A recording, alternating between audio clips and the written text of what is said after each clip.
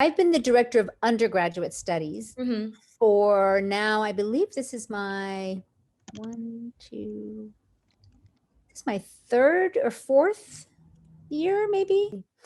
I think that CSER is remarkable in that, because all of our because we're a center, and it means that all of our faculty are appointed in departments outside of CSER and then have partial appointments, either 25% or 50% appointments in CSER. What that means is what those percentages means is just how many classes that professor teaches for CSER each year. So 25% means one class per year that professor would teach, or 50% means two classes per year that they teach for CSER out of the total of four, let's say they teach per year.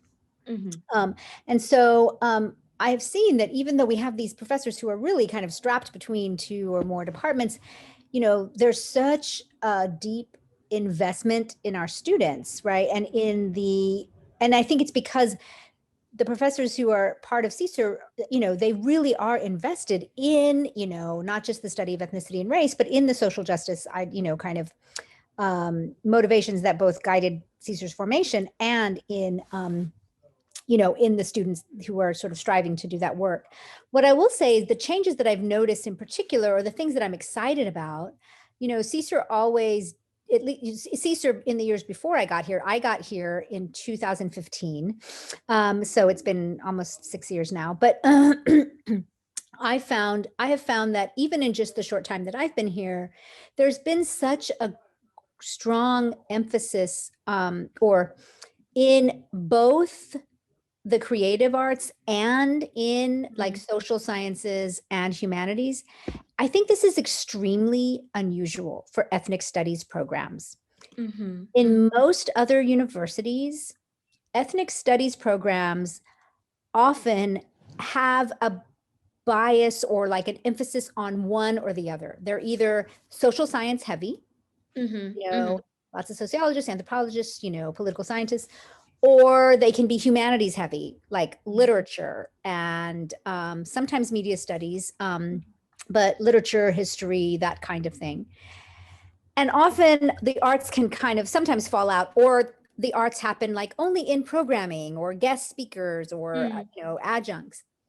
The thing that I've seen with CSER, and this is, because of professors like Professor Dasgupta and Professor Lee, and the emphasis I do, along with the work that Professor Negron Mutaner does, is there is a real infusion and emphasis across both the creative arts and the social sciences and, humanities. And so that because there's such a strong basis in the faculty of doing this work, it means the students really can have the opportunity to explore what they want in a range of directions. And of course, just the activist components, right? We have people on our faculty and certainly among our students who are scholars and activists, right? Or who do social justice work beyond the classroom. And I feel like that's just gotten stronger since I've gotten here, even though we have sort of few resources and we don't have any hiring power, that we've still managed to really emphasize that. So I think, for example, of the Asian American speaker series that Professor Marie Lee runs, right? Right. That has just really bolstered some of those strengths. Or I think about the media study, the kind of film work and video work that Professor Negron Mutaner does, right? That, especially in the work on Puerto Rico, where those ideas of colonialism really come together with media studies. They're really brought to the forefront. And yet we also have classes that are on like constitutional challenges, right? That are really sort of very much positioned within political science, or we have professors like Professor Paredez or Professor Ochoa teaching works that are very much, or our postdocs teaching work in music and race and ethnicity. So that's something I've seen really emphasized in our in growing in our work. Absolutely. Yeah. And that's even something that I feel is like, I feel because I took like the number of classes at CSER, I've like taken some of the sort of like more political science, like social sciences section, but I've also taken like the really creative classes that still have like an academic basis. And that really just like, and like as someone who is in also like majoring in like visual arts, which is like an act, like a totally like completely like creative like art field. It like that intersection really comes across as something really unique and like something that really like I need to thrive. So yeah, Yeah, definitely. I've seen that in our students, and even in among students who may be doing the bulk of their work in, let's say, one of the, in anthropology, let's say, still, I've seen them do work that ventures beyond that just because there's faculty here who can really help support that kind of work and vice versa. So it's been good to see. Right, yeah.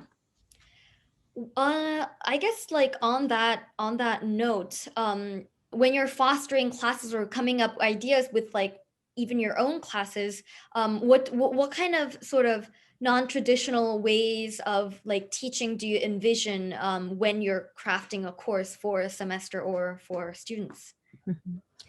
I think embedded in the field of ethnic studies is a real questioning of epistemologies and pedagogy, like baked in its very sort of, it's sort of emergence and its incipient kind of, being.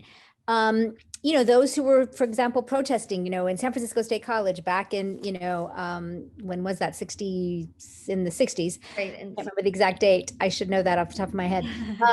There was, from its foundations, like, let's question the ways by which we know. Let's interrogate the workings of power. Let's really, really, like, at the very core, truly question, like, the way we've been taught things and the ways by which we've come to know, and the things that and the knowledge systems that we've come to value and that we have come to devalue, right? It's totally from the get-go, change that up. So that what that means for me is, when I personally am thinking about, I'm very informed by that, right? Having been a product of so much of those people who have come out of that particular revolution. I think that for me, then, I think, okay, to be true to ethnic studies is to provide an environment in my classroom that values different modes of knowledge production, that values different modes of knowledge, like of investigation, right? So it does mean, and I'm fortunate because I have an interdisciplinary training, but it does mean to be kind of really radically interdisciplinary and multi-methodological in the kinds of approaches kinds of assignments that I give, or the approaches that I put forward to teaching, but also in the kinds of outcomes I want my students to have. So for example, I think, as you saw in the documenting disaster class, just to give one example, for me, I wanted to, even though what we were studying was mostly like writings, right, by a range of communities documenting disaster, I wanted to approach them sometimes by like doing a kind of lecture, kind of seminar style question and answer. Sometimes I wanted the, things to be much more sort of student generated, in terms of the places we go. But that in the actual work that students produced, I wanted there to be opportunities for some students to kind of use their bodies, right? Or to use oral histories and kind of embodied knowledge. I wanted some students to be able to use data, and kind of hard data. I wanted some students to be able to work in various technologies. So I think providing opportunities to really value the wide range of knowledge creation and production is key. So sometimes that looks like an interview with someone. And sometimes that looks like creative writing. Sometimes that looks like, gathering scientific data. And I think, and all of them are equally sort of valid. It means it's challenging, right? Sometimes to evaluate, because you have to be able to kind of teach yourself a lot of different things that you might not have been taught before as a professor. But those kinds of things are really important, and to me are central to ethnic studies from the get-go. Absolutely. No, I couldn't agree more. Multi-existence of ethnic studies in, in a relationship with like other sort of majors, like outside of like ethnic studies, like outside of CSER, like, African American and like African diaspora, studies, or like the American studies. And even, there are classes across other sort of like humanities and social studies departments that offer like this sort of like gauge into the racial and ethnic minorities and the whole experience of ethnic studies. So how do you see that relationship play out?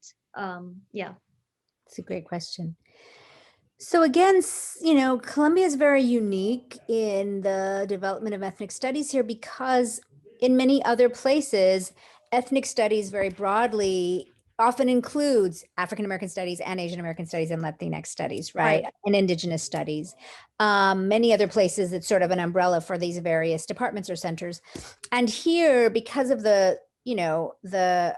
because African American studies had already been established, Right.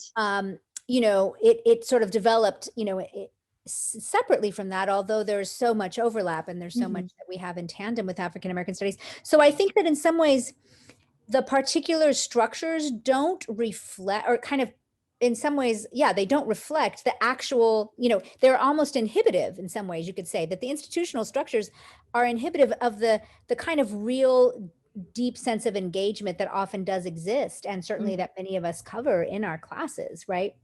That go across not just CSER and African American and African diaspora studies, but go across, for example, CSER and women and gender studies also, and those kinds of other places. I think that our relationship, it's interesting, ethnic studies relationship to American studies has always been one that's actually, it's been fraught over time, right? Often American studies, or historically, traditionally, there have been folks in American studies who very much wanted to guard that to be the place that sort of reified sort of jingoistic or nationalist, Right. kind of racialized as white values, right? A Mhm. kind of American might ideas. Right. That also, now that is not necessarily the case in many other American studies programs across the country. So I think about places like the University of Texas in Austin, or University of Southern California, that there are American studies programs there that have been very mindfully and rigorously trying to actually think of work in ways that are very much in tandem with or incorporative of ethnic studies, right? If you attend the National American Studies Conference every year, it's very much infused by and really, I think, made more vibrant by many ethnic studies scholars who have found homes in American studies in a lot of ways. But here, I think that it sometimes is siloed.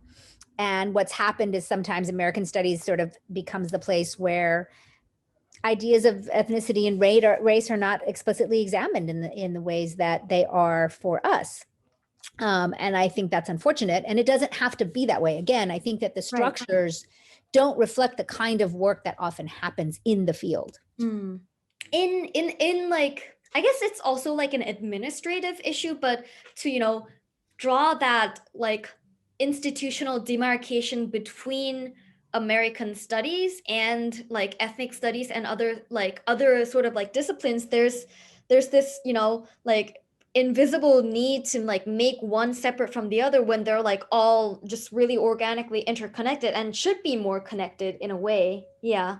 Absolutely. I mean, in some ways, it's just a lie, like Yeah. institutional structures, I think, don't reflect, again, and sometimes try to prohibit or inhibit the kind of work, the sort of very fluid, disciplinarily, kind of porous work that's done in these departments. And I can think of no greater example of this than the fact that, CSER, while we absolutely, and I think encourage a kind of global understanding of forces of colonization and decolonization and race and ethnicity, it's also something that focuses quite a lot, as you've discovered, in sort of the particular case that happens in the United States, right? And yet, we have the introduction to ethnic studies counts as a global core class, right? Not a core class, right? Like this is, you're studying, at least certainly when I've taught it, Ansel Dua and Frederick Douglass and, Du Bois and, Grace Lee Boggs, right? Some of the leading philosophers in a US American kind of life. And yet it's treated as like, oh, it's like this global non-Western. Right. It's like, it's like an area studies, like regional studies, just like, and I'm not even trying to like downplay those studies, like, from like the sort of like American perspective, and like especially because like American history is so much linked like globally to other like nations. I definitely like value that sort of like approach, but it really like the association really doesn't make sense to me. Well, So and it's just evidence of the ways that people of color in the United States are often and frequently put out, sort of rendered outside of the borders of what counts as Western or American, right? Even if they've lived their whole lives and, and created their own theoretical systems, right, within the United States. So, yeah. yeah, absolutely.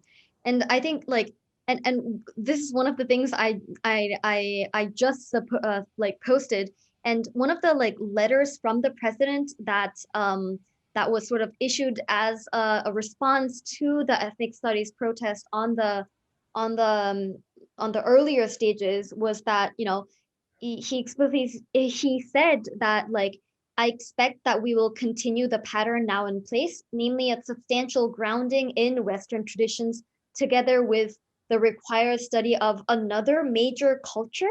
And I think this is exactly like, like we have the whole Western like bastion of academia, and we'll just have like, something on the side. And yeah, and the fact that ethnic studies is even considered as something like on the side instead of challenging and breaking down that main dish. Absolutely. Right? Because we learn from ethnic studies, as I said earlier, like that what is required is a found, like at its foundations is a questioning and a reevaluation and a reconfiguration of the systems of thought or the epistemologies or the kind of, that we have come to know, not what we call an additive model. Mm-hmm. Right. Oh, Like, oh, we'll just add Toni Morrison and suddenly we're covering it all. Or we'll just add, Cesar Chavez and somehow it's okay, and in fact, there's no reason, for example, that like, Du Bois should be in, if we're going to even be invested in canons, but like a Western political thought class, right? Or in a kind of core kind yeah. of configuration, although ethnic studies would challenge us to even, to blow that up entirely, right? Absolutely. Yeah. Like as you mentioned again in the beginning, it's really about like the modes of learning and thinking as much as it is like about the content. So like I came in as an international student, like not having lived through the sort of like racial minority experience in like the United States, but that didn't make me like, that made me even more like invested and included in learning, the racial dynamics and like modes of thinking about like systems of repression. Not, oh, I haven't been in America, so it must, not concern me or anything Yeah. like that. Yeah. Right. Absolutely. I mean, that speaks a lot to your own real kind of like insight and knowledge and the expansiveness of your own mind. But because I do think there are some who do adopt that. But it is true that, that you and those who arrive here, it doesn't, even if that hasn't been your experience growing up, like, on the street, however you're interpolated, right, or what you experience is in some way sometimes no different, right, from Absolutely. those who've been here forever and have, so it does provide a certain moment or a possibilities for affiliation or connection. Yeah. Yeah, it's a wake-up call, and I caught up really fast. I know you did. We're very proud of how fast you caught up. Yeah. And I think that is one of the reasons, I guess, like why I think one of the like demands of the 1996 protests for ethnic studies was for ethnic studies not to be sort of like residing under the American Studies sort of department or like program. And I think that that really was the reason, because it's not really about like, it is initially, it starts from the oppressions like in America, but it doesn't need to stay there. So yeah. Exactly. And I think, again, to go back to the very founding of ethnic studies as a discipline, going all the way back to the 1960s in San Francisco, those who were the activists then, those amazing student activists, they understood, they thought of themselves, in what they called like third world coalition, right? They very much saw themselves inspired by and in coalition with, Frantz Fanon and Mao Zedong and philosophers and thinkers and decolonial kind of activists across the world, and so they were in conversation with these other forms, these other philosophical and political traditions. And so even as they were very much speaking acutely to the very specific political and economic and racial hierarchies, right, that were happening in this country, right, because they understood the specificity was important, they have always been broader than that in their thinking and in their influences and in their impact. And so I think that, as you said, it's, it makes sense that it wouldn't be just kind of housed as this, like, again, add-on to American studies, but something that is both, that enriches American studies, but also goes much beyond it, or at least the ways that institutionally American studies has often been figured. That makes perfect sense. And so and this is, I would guess, like more towards my other goal of the project, tiered towards, having some foundation for like advancements into an institute and into a department. But like, what are some of the challenges, and like what's like the status quo that you, as like the director of undergraduate studies and as a faculty member and like doing, administrative work in, the fourth floor of Hamilton Hall, what are the experiences of you engaging with like all the things, all the sort of academic pursuits that you want the community to have, while having like the designated resources for it? I think that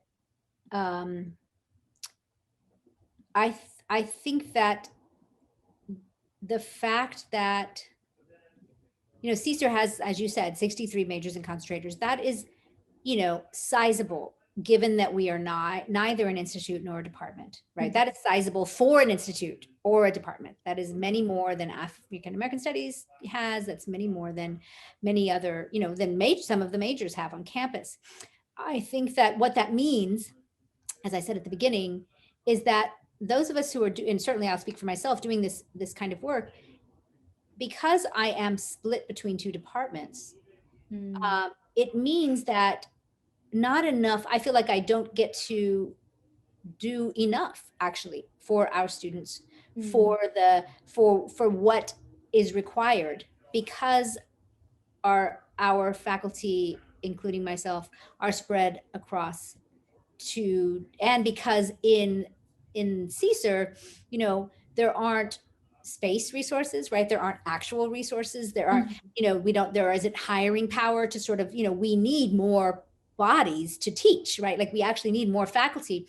And so one of the biggest challenges always ends up being that we don't have the authority to hire in our department or to initiate a hire, even in another department, that we have to rely upon, rely upon the kindness of strangers. Like we have to rely upon other legitimated departments, right? Or institutionalized departments who do have that power, who decide perhaps to be beneficent and think maybe we could do a hire that might have some crossover with Asian American studies. Then we have to kind of pair with them and convince them that this would be mutually beneficial for them. So you can already see how many points along the way the no could happen, right? Before we could even get to the point where we even could possibly propose a hire. Right. That's a whole other series of challenges. The other thing that is challenging for those of us in ethnic studies is because it's a discipline that is relatively younger in terms of how long it's been in existence, and because there hasn't been the longer history of institutionalization and in advanced professors across the country, the way that you also hire or tenure faculty is that you rely upon the senior faculty in that discipline across the country to weigh in, whether through letters of recommendation or otherwise. And that pool is not as huge. So if some folks are not available or whatever, that can then make it more difficult for a candidate to seem legitimated by the institution because the area is smaller or because there haven't been systems in place to reproduce it in ways that we might see in some of the more traditional departments, right? So what I've seen is we face such tremendous challenges because we don't have hiring power and because of the ways that our disciplines have been, it's like because they've been historically denigrated, then there isn't as much evidence to show how much we're worth, and then that just is used as evidence that we're not worth, right? You know what we actually are worth, and that perpetuates itself, especially quite honestly at elite institutions like the Ivy Leagues, where a lot of times there's a real investment in the traditional disciplines and not as much of an investment in those that are more interdisciplinary, you know, like ethnic studies. Absolutely. So, which is why you've seen some of those struggles, like not just here, but at Yale and other places, right? Absolutely. It's a disease that we all we all share. Yeah. So and you are also like so every sort of professor was is hired through like other sort of like departments, right? Yes. Like, and you were like from the so I was hired in creative writing. And then the way the position was created to sort of, in part because I'm trained as a scholar and as a creative writer, you know, the Center for Ethnic Studies became kind of a logical fit for my teaching. But that, you know, the thing that's so interesting about that is, you know, so for all of us, we also had to decide that yes, because it is a lot for a professor to take on to be what is called joint appointed. So while there are many professors on campus who might easily fit as CSER professors, they may have chosen, and absolutely understandably, to just be in one department, is to just, I really don't want a joint appointment. It's too much work especially for professors of color. I'd rather just be in my anthropology department or my English department or whatever that is, because that just means twice as many meetings, twice as many students, twice as many responsibilities. And I really respect that decision to not be cross-appointed, right? Because it does ask a lot, and it often means it asks a lot of professors of color, many of whom do end up being in the fields of ethnic studies, or some of us. So I think that, again, institutionally, it reinforces you know, a lot of undue labor on those of us who, you know, are already doing a lot of that. And you know, on the topic, like individual professors, and this came up in like all the previous interviews that I did, but like individuals shouldn't be asked to take on like the innate sort of like deficiencies of the institutional structure onto them, and you know, make them, you know, if they can make that sacrifice, like that's applaudable, but again, it's like we shouldn't expect that, like, and that's not, you know, that's also like debatable. So Absolutely. So and I think, you know, it's interesting because always like the same rebuttals keep coming up whenever we talk about like an institute, or like at least just having departmental hiring power, that you know, this interdisciplinary nature of like the ethnic studies itself sort of necessitates that that ethnic studies not be like riddled down by the administrative sort of like jargon of being a department, and you know, we should sort of outsource. That argument definitely is like is flawed in many ways, but what would be sort of your response to that rebuttal that has always been sort of hanging there whenever like departmentalization is an option? Sure. I mean, I do think that it is important to question if, in fact, departmentalization is the ultimately best answer, because it, you know, it would require, you know, anytime you want to sort of institutionalize yourself more, right? You always want to ask, right? Especially if you're, you know, a field that has been invested in questioning institutionalization as a whole. I think that though, what does matter quite a bit is if in fact either it, you know, becoming an institute or becoming because I think even becoming an institute gives us greater hiring power, right? So I think that, you know, certainly certainly I very strongly believe that that becoming an institute is something that I think should be considered for CSER, because it allows for greater resources and really greater hiring power. And then I think that we would have to have a series of really important discussions around, like, because if you become a department, but you're like the poorest and least favored nation on campus, does that really give you more power, right? To be like the one department that never gets anything and never gets, like, is that really going to help you? Right, right. But at the same time, we run into every single year the same issue with hiring. And it's because our majors are growing. We have tremendous students. We have tremendous interest, and we have faculty that are completely overworked and under, like they just, as much as we teach, there's just still, there's not enough courses. There's not enough, slots in the courses.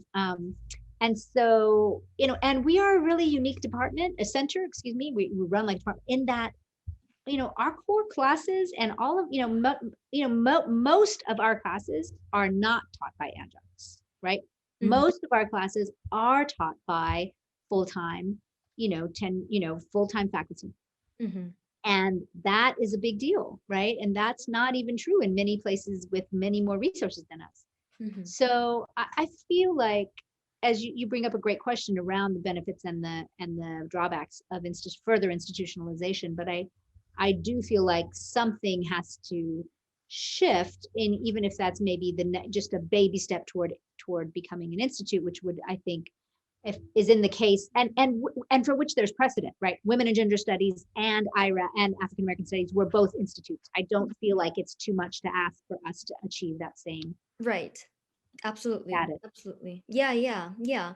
And really looking at the history of women and gender studies and IRAS, it's really like, it really depends on like the specific historical sort of like events that like sometimes pressure the institutions, sometimes like ask for the students, like when like a group of students, unite and like take like active like like direct action against the administration. That's when these changes happen. So it's really important, I think, to make a voice and like to have a consensus about these issues, because that's how like the administration has like taken its baby steps. Yeah.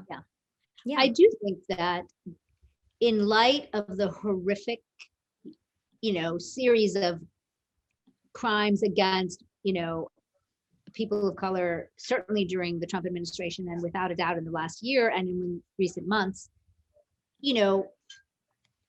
we are, that it would not be a bad idea for students to really push the administration at this particular moment.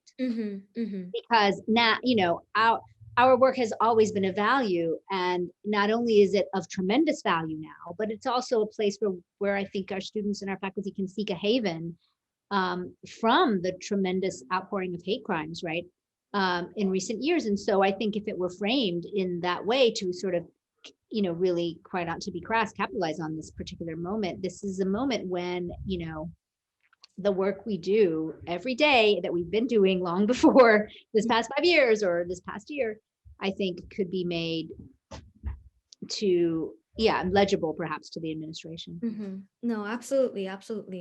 Yeah.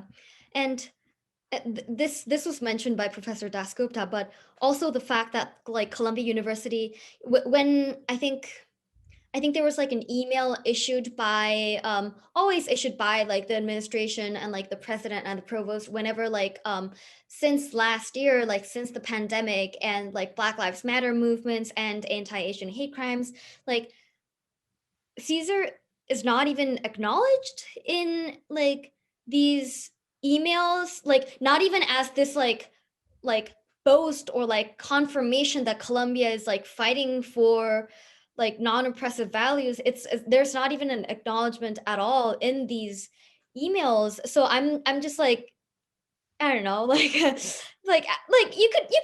like all it takes is just like one line that, Absolutely. But I yeah. do think it's telling, right? That like there's not even a savvy around being able to do lip service to it, right? To exploit us to their Yeah. benefit.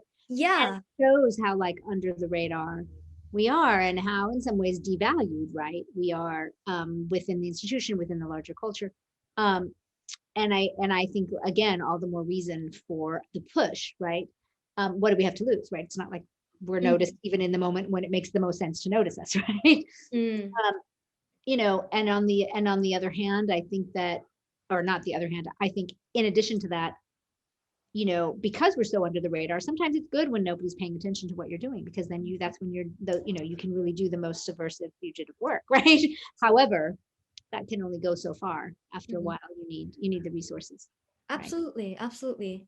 And you need that recognition, and you need that approval, I would say, like not just because like it means anything, but because it is like the natural steps necessary to attract, scholars and people from other fields into into making an administrative commitment to like a center or an institute or a department. That's all the logic that we're sort of like at least playing towards. Yeah. Yeah, that's right. Yeah. So this would be my like last question, I would Sure. say. And thank you so much for your time. And so as the director of undergraduate studies, like apart from, I would say, like an institutional advancement, what else, like what is it that, you would like to see more from like students in any possible way?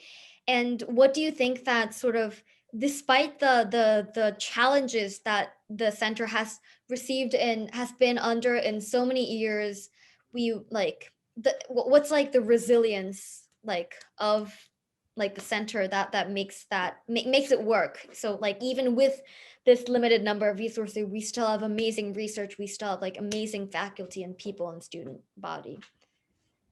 Yeah. So, the thing that I find so inspiring about working with CSER as part of CSER, and that I get a glimpse of as a director of undergraduate studies, is really seeing the remarkable work that our students do, right? Our faculty certainly train them, and our faculty are deeply committed, and really are deeply committed and caring about what happens in the center. But I find that the students really do are looking for a way to kind of take agency and ownership over their education. And Mhm. that's the kind of students we draw. Like they're coming in, you all are coming in to be like, okay, how can I design this curriculum to like, here's the vision I have for the work I want to do. And then like, let's put the curriculum together to do that, as opposed to like, here's my curriculum and I'll just slot myself in it. Right. And that has been, and so what that means is like the expansive visions of the work that you all create. And I think, you know, I see that every semester, certainly when I'm teaching my students in the classes that they do, but in the thesis work that you all do, and the kinds of outcomes and the modes that it's presented at, whether as like a ballroom dance, lesson, whether as a website, whether as, a series of oral histories. I think that whether it's the beautifully written research and archival work, kind of archival paper, I think that to me, that is something that every year in and year out, CSER has been able to do. And I think CSER has been able to put together astonishing programming, Mhm. given the small amount of resources that we have to do so. And that we see that in both the art exhibits, we see that in guest speakers, and we see that in the kind of workshops that both students and faculty run, whether they're activist workshops or whether they're more creative arts kind of things. I feel like those are the things that I get to be privy to as director of undergraduate studies. That's been Mhm. exciting. I couldn't agree more. Yeah, as a center, Caesar has been like has offered me as a student so many opportunities of like engagement and studying and like even outside of coursework, just like wonderful like professors and like mentors that I just like look up to and think like, okay, I'm like, I'm gonna be like that person when I like grow up. I like literally don't want anything else. Just like, yeah. I So tell you, the feeling is mutual. We are constantly learning and from and inspired by you all. So it really absolutely. does. No. Yeah. But thank you so much for, giving me the time for the interview. Absolutely. My pleasure. I'm so excited to see the final product. I can't wait. Mhm.